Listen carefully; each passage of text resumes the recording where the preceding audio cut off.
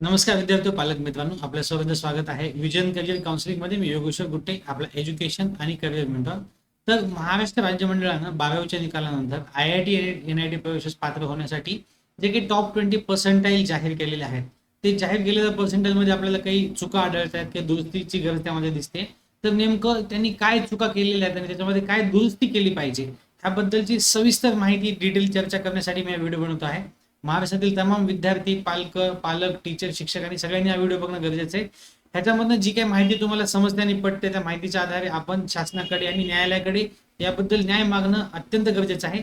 हा मुद्दा नेमका काय आहे, हा इश्यू नेमका काय आहे, हे एकत्रितपणे समजण्यासाठी मी हा व्हिडिओ तुम्हाला एका प्रेझेंटेशनद्वारे समजून सांगण्याचा प्रयत्न करतोय. तर चला सुरुवात करूया. सगळ्यात पहिल्यांदा बघूया, या वर्षी 2026-27 रोजी महाराष्ट्र राज्य मंडळाने दिनांक 7 मेच्या आसपास, 7-8 मेच्या आसपास टॉप 20% यावर्षी जाहीर केलेले. त्याच्यामध्ये इथे तुम्ही बघू शकता की 359 म्हणजे जनरल कॅटेगरीसाठी 359 आणि मागच्या वर्षी जनरल कॅटेगरीसाठी 361 असा कट ऑफ त्यांनी जाहीर केला होता.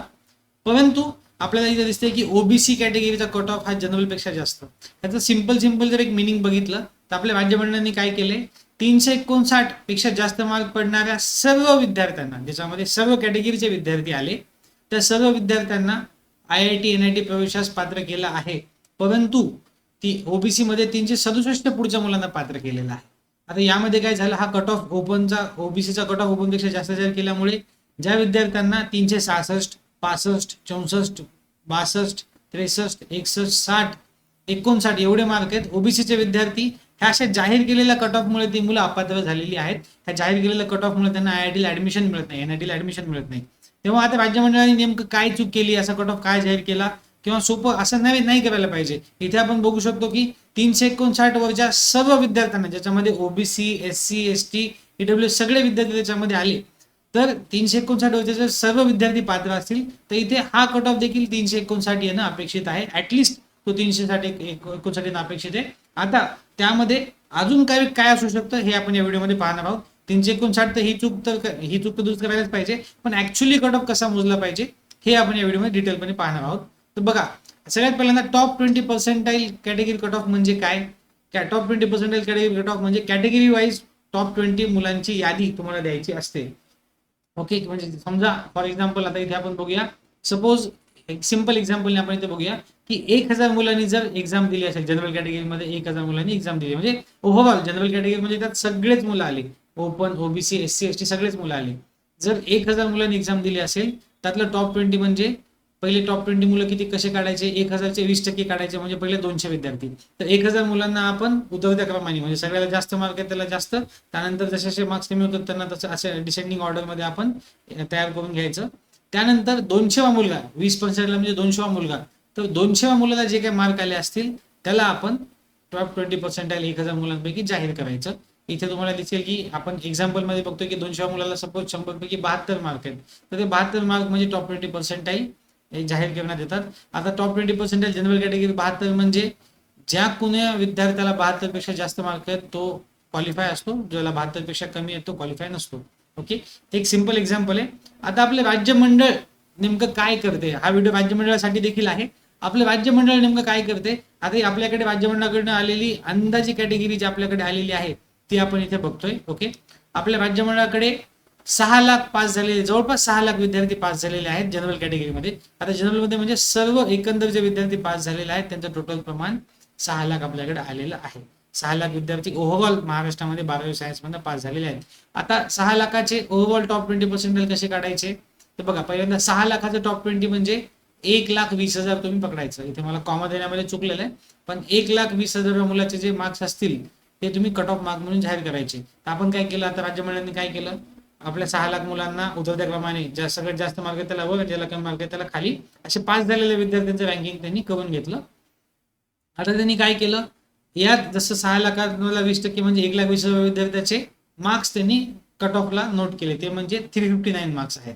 359 मार्क त्यांनी नोट केले, तेच तुम्हाला इथे दिसत आहेत. इथे तुम्हाला दिसत आहेत 359 मार्क त्यांनी आपले नोट केलेले आहेत. इथे 359 मार्क त्यांनी नोट केलेले आहेत. ओके, तर त्यांनी 6 लाखापैकी 1,20,000 मुलाचे मार्क्स 359 काढले आणि तो ओपनचा कट ऑफ जाहीर केल्याचं मिनिंग काय होतं, 359 पेक्षा जास्त मार्क पडलेले सर्व anyone scoring 59 or above qualifies the exam. Okay, त्यांनी या प्रकारे जाहीर केलेलं आहे.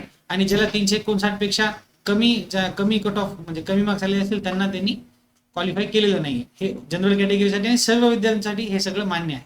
ओके, आता पुढील आपण बघूया की ओबीसी साठी नेमकं आपल्या राज्यमंडळाने काय केलेलं आहे. ओबीसी साठी आपल्या राज्यमंडळाने काय केलेलं आहे तर बघा, ओबीसी राज्यमंडळाने काय केलं, आता जे 6 लाख मुलं होते, इथे मी अंडरलाईन केलेले आउट ऑफ 6 लाख, त्यांनी आपले ओबीसीची संख्या मोजली.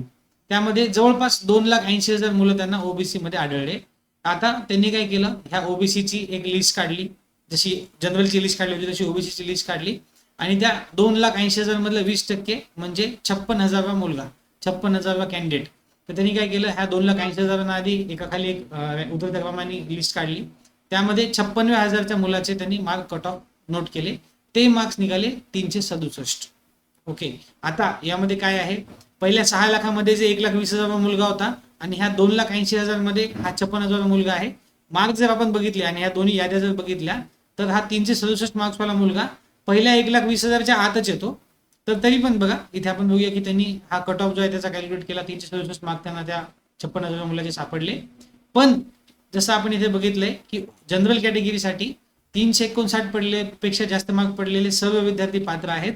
सेम जरी कट ऑफ 367 आला असेल तर 359 पेक्षा जास्त आहे. पण आपल्या पहिल्या जनरल कट ऑफ नुसार काय जाहीर करण्यात येतं की 359 पेक्षा जास्त मार्क पडलेले सर्व विद्यार्थी आयआयटी प्रवेशास पात्र आहेत.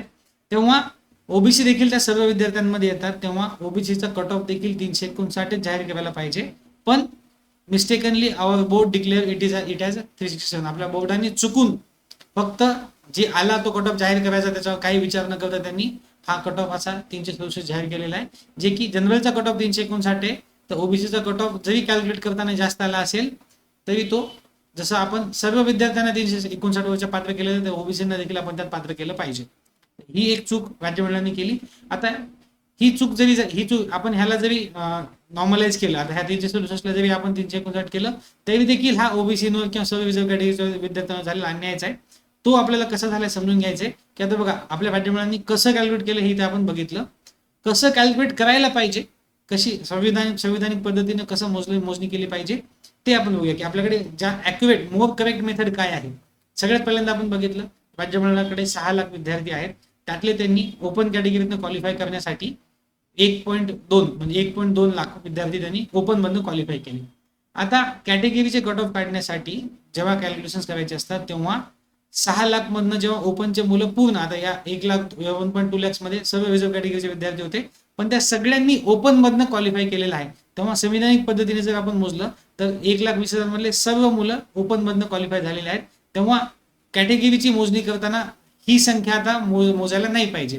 तेव्हा ऍक्च्युअल कॅल्क्युलेशन कसे करायला पाहिजेत की 6 लाख मुलांमधनं व 1.2 लाख मुलं ओपन मधनं क्वालिफाय झाले, ते वगळल्यानंतर उरलेल्या मुलांमधनं तुम्ही कॅल्क्युलेशन करायचे. आता प्रॉब्लेम कुठे झालेला आहे, आपलं जे जेई ऍडमिशन बोर्ड आहे किंवा जोसा आहे त्यांनी जे इन्स्ट्रक्शन दिलेले आहेत त्यांनी यामध्ये ही मेथड क्लिअरली मेन्शन केलेली नाहीये. पण आपण जर संविधानिक पद्धतीचा वापर केला तर इथे आपल्याला समजेल की 6 लाखामध्ये 1.2 लाख पहिले 20% मुलं ओपन मध्ये क्वालिफाय झाले. आता बाकीचे कॅटेगरीचे मुलं ओपन मधले मुलं सोडून मोजायचे असतात, त्यांना एकत्र घेऊन नाही. तेव्हा कसं करायला पाहिजे, आता ही योग्य पद्धतीने कसं केलं पाहिजे. आता तुम्ही पहिल्या मेथडमध्ये काय केलं, 6 लाखामधनं ओबीसी 2,80,000 काढले. ऍक्च्युली 4,80,000 विद्यार्थ्यांमधनं तुम्हाला ओबीसी आयडेंटिफाय करावं लागतात. तर आपण ऍझ्युम करतो, आता इथे आपण अंदाजे कॅल्क्युलेशन केलेलं आहे की 6 लाखामध्ये जर 280 ओबीसी असतील तर 4.8 लाखामध्ये 2.2 लाख ओबीसी आपल्याला आढळू शकतात. त्या 2.2 लाख ओबीसीचं टॉप 20% म्हणजे 44,000. म्हणजे काय करायचंय, 4,80,000 मध्ये जेवढे ओबीसी आहेत त्यांची आधी यादी काढायची. ठीक आहे, जेवढे काय असतील त्याचा 20% मुलगा तुम्हाला कट ऑफ म्हणून नोट करायचा आहे. त्या मुलाचे मार्क्स तुम्हाला ओबीसीचे मार्क्स म्हणून आयडेंटिफाय करायचे. या पद्धतीने मार्क्स काढले तर हा 44,000 मुलगा जे ओपनचे जे जनरलचे आपण 1,20,000 मोजले होते त्या खालचा 44,000 ओबीसी आपल्याला मोजायचा असतो. तो कट ऑफ डेफिनेटली ओपन पेक्षा कमीच येतो. आता हे मी का म्हणतोय आपण यासाठी बघूया. आपल्याकडे मागच्या 3 वर्षापासूनचे भारतातल्या सर्व बोर्डांचे टॉप 20% आहेत. जर संविधानिक पद्धतीने ते मोजले, इथे आपण 2023 बघतोय. आंध्र प्रदेश स्टेट बोर्डचं बघा 471, 458, बिहार बोर्ड 443, 317, सीबीएसई बोर्ड जो की आपल्या राज्य पूर्ण देशभरात हा बोर्ड आहे 420, 412. असे तुम्हाला मेजॉरिटी बोर्ड हे जे हायलाइट केलेले बोर्ड आहेत ह्यांचं ओबीसीचा कट ऑफ ओपन पेक्षा कमी आहे. का तर त्यांनी संविधानिक पद्धतीने तो मोजलेला आहे. आपलं राज्य मंडळ ही मेथड वापरत नाहीये. सोबतच आपण 24 आणि 25 बघूया. 24 मध्ये तुम्ही इथे बघू शकता, इथे जे एवढे बोर्डची यादी आहे, जेवढी येलो केलेली यादी आहे, काही ठराविक बोर्ड सोडले तर बाकी सगळ्या बोर्डचं प्रमाण ओबीसीचं, हे जे येलो केलेले सगळे कट ऑफ आहेत हे ओबीसीचे कट ऑफ आयदर ओपनच्या इक्वल आहेत किंवा ओपन पेक्षा कमी आहेत. योग्य पद्धतीने मोजल्यास ते कट ऑफ कमीच आहेत. तुम्ही मेजॉरिटी कट ऑफ बघाल तर हे कट ऑफ कमीच आहेत. ही यादी तुम्हाला आता देखील जोसाच्या वेबसाईटवर मिळते. तेव्हा नेमकं कट ऑफ कसे मोजले पाहिजेत यासाठी राज्य मंडळांनी ह्या व्हिडिओचा किंवा कुठल्याही संवैधानिक पद्धतीचा वापर केला तर त्यांना असंच लक्षात येईल की आपण जे कट ऑफ काढतो त्यामध्ये आपली मुलांना काउंट करायची संख्या जी आहे ती चुकते. त्यामुळे आपला कट ऑफ आयदर ओपन पेक्षा जास्त येतोय किंवा ओपनच्या इक्वल येतोय. यामध्ये चूक पूर्णपणे राज्य मंडळाची नसून जेई ऍडमिशन बोर्ड किंवा जोसाची जी कमिटी आहे त्यांनी देखील यांना योग्य निर्देश देणं गरजेचं आहे. तेव्हा हा जो काय अन्याय आहे हा फक्त इनकरेक्ट इन्फॉर्मेशन आणि त्याचं incorrect implementation word to word फॉर्म्युलाला फॉलो करणं, पण त्याला कॉन्टेक्च्युअली त्याचं कॉन्टेक्स्ट त्याच्या फॉर्म्युलाचं काय आहे हा न घेता कॅल्क्युलेट केल्यामुळे ह्या मेथडनी या प्रकारचा कट ऑफ जाहीर करण्यात येतोय आणि यामुळे बऱ्याच ओबीसी आणि रिझर्व्ह कॅटेगरीच्या विद्यार्थ्यांवरती अन्याय होतोय. सोबतच तुम्ही इथे बघू शकता, इथे तुम्ही बघू शकता की हे जे येलो मार्क केलेले कट ऑफ आहेत यामध्ये जनरल आणि एससी आणि एसटी यामध्ये चांगल्या प्रमाणात, इथे बघा आयसीएससी बोर्डमध्ये 444 आणि 375 हे एससी आणि ओपन आणि एससी एसटीचे कट ऑफ आहेत. पण आपण जेव्हा आपल्या राज्य मंडळाचं कट ऑफ बघतो तेव्हा तिथे तुम्हाला दिसेल की ओपन आणि एससी मध्ये फक्त 4 मार्काचा गॅप आहे. हा 4 मार्काचा गॅप का, तर ह्या चुकीच्या पद्धतीने राज्य मंडळाने हे मार्क मोजले. फक्त फॉर्म्युला लावला, पण ही जी संख्या विद्यार्थ्यांची ओपनचा कट ऑफ काढल्यानंतर विद्यार्थी संख्या कमी करायला पाहिजे, ती नाही केली. त्यामुळे तो कट ऑफ तुम्हाला जवळपास ओपनच्या इक्वल दिसतोय. आता एससी एसटीच्या विद्यार्थ्यांना मान्य होत नाहीये, ते याच्यामध्ये आवाज उठवत नाहीत कारण त्यांचा डिफॉल्ट कट ऑफ 325 असतो आणि आपल्या शासनाने कॅल्क्युलेट केलेला कट ऑफ 355 354 दिलेला आहे, पण ऍक्च्युअल कट ऑफ 325 असतो. त्यामुळे ते काही आवाज उठवत नाहीत.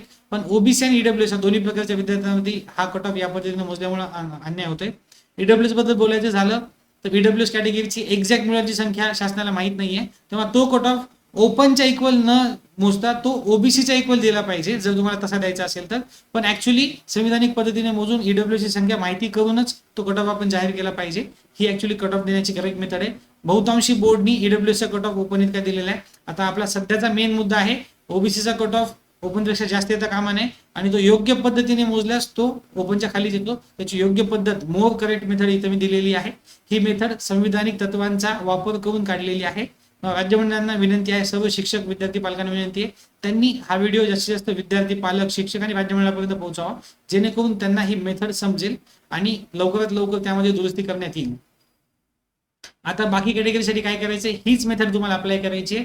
परंतु आपण एकदा ओपनचा कट ऑफ काढला, जनरल कॅटेगरीचा कट ऑफ काढला, त्यानंतर उरलेल्या 4.8 लाखांमधून तुम्हाला ओबीसी एससी एसटी विद्यार्थी आयडेंटिफाय करायचे. त्या एससी एसटीच्या 20% जो मुलगा आहे त्याचा कट ऑफ तुम्हाला जाहीर करायचा आहे जेणेकरून तुम्हाला तुमचा कॅल्क्युलेट केलेला कट ऑफ कधीच ओपनपेक्षा जास्त जाणार नाही. हीच ऍक्च्युअली मोस्ट करेक्ट आणि संवैधानिक मेथड आहे. तेव्हा माझी विनंती सर्व महाराष्ट्रातल्या तमाम पत्रकार असतील, शिक्षक असतील, विद्यार्थी असतील किंवा राज्य मंडळ असेल त्यांनी हा व्हिडिओ पाहावा. त्यातनं मी जे काही मुद्दा सांगतो तो समजून घ्यावा.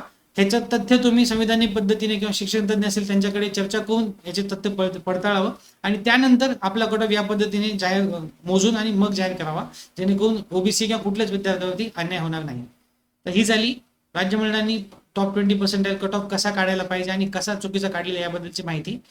इंजिनिअरिंग ऍडमिशनच्या अशाच माहितीपूर्ण अपडेटसाठी वेळोवेळी पाहत राहा विजन करिअर काउन्सिलिंग. थँक्यू.